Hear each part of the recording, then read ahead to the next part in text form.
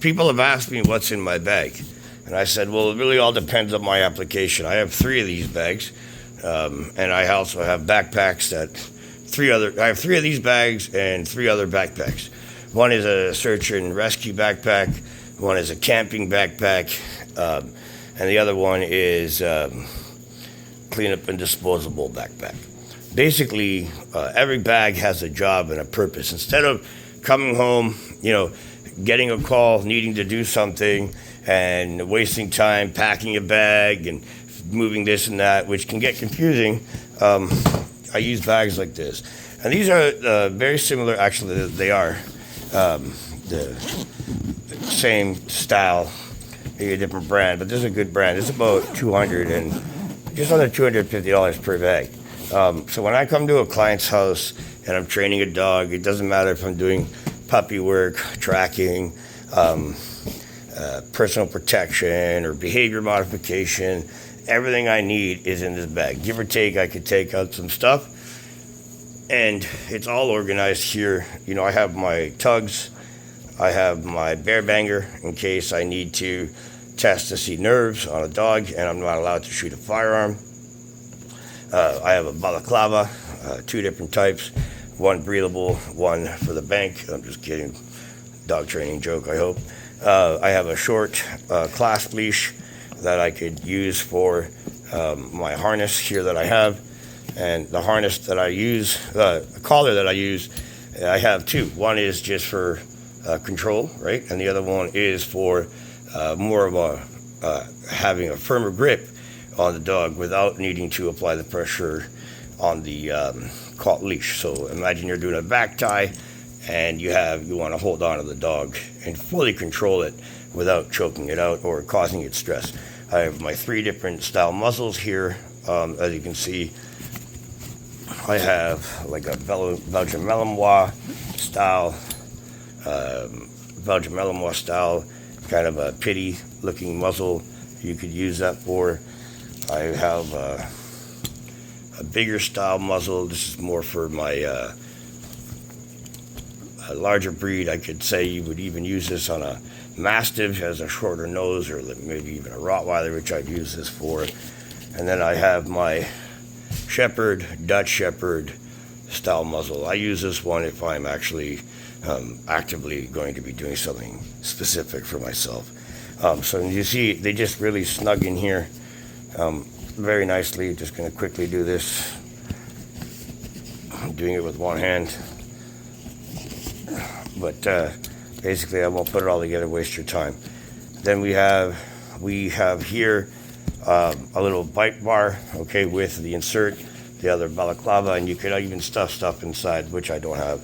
You might be wondering why I have a speaker. Well, if you ever have an animal, or a dog, of course, a dog that will be training, and you want to lure them to a certain section of a property, or you want to get their attention, and you don't necessarily want to use the owner, and you don't want to use a helper. You want to ignite, a sound, something that's unfamiliar to the dog, to potentially encourage the dog to be in a curious mode, or a defensive mode, or a prey drive mode.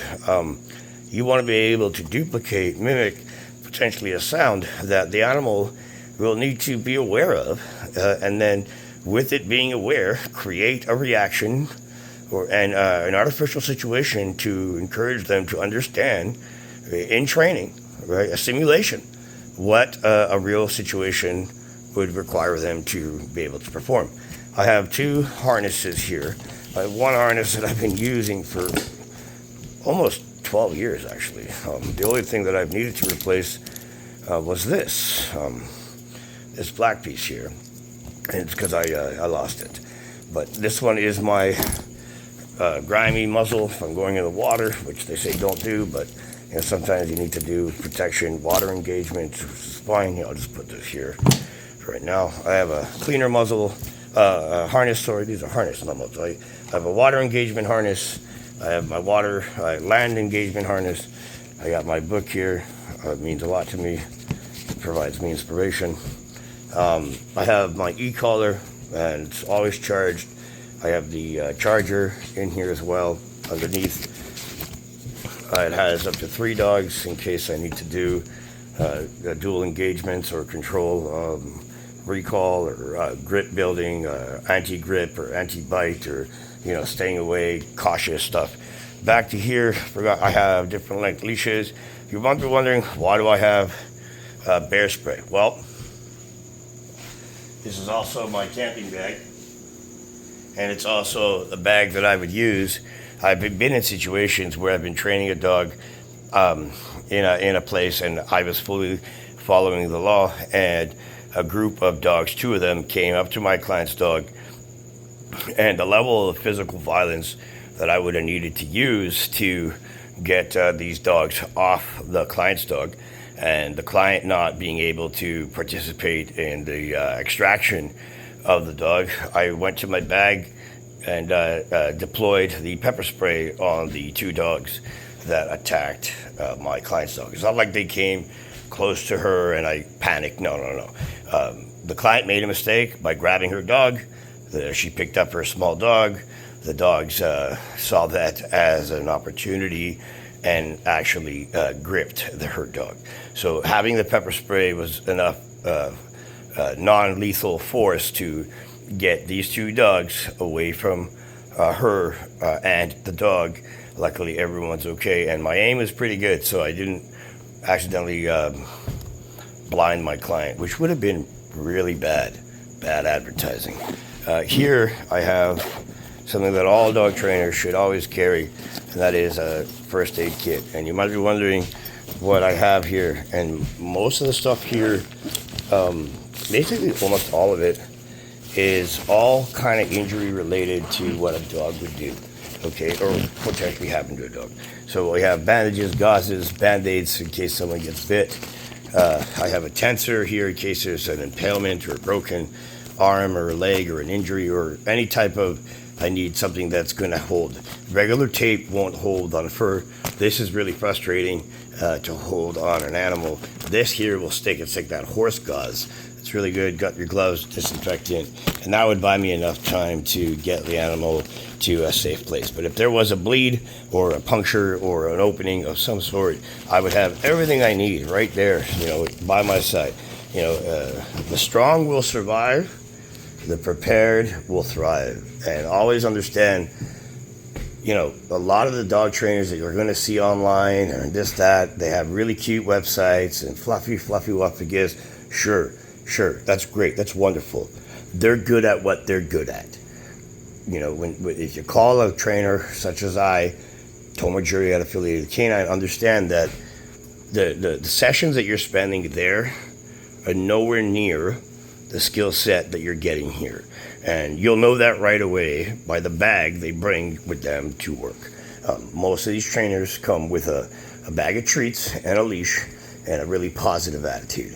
I come with a kick-ass positive attitude with a bag full of stuff that we can expand your education and friendship with your dog. There are no limitations to dog training.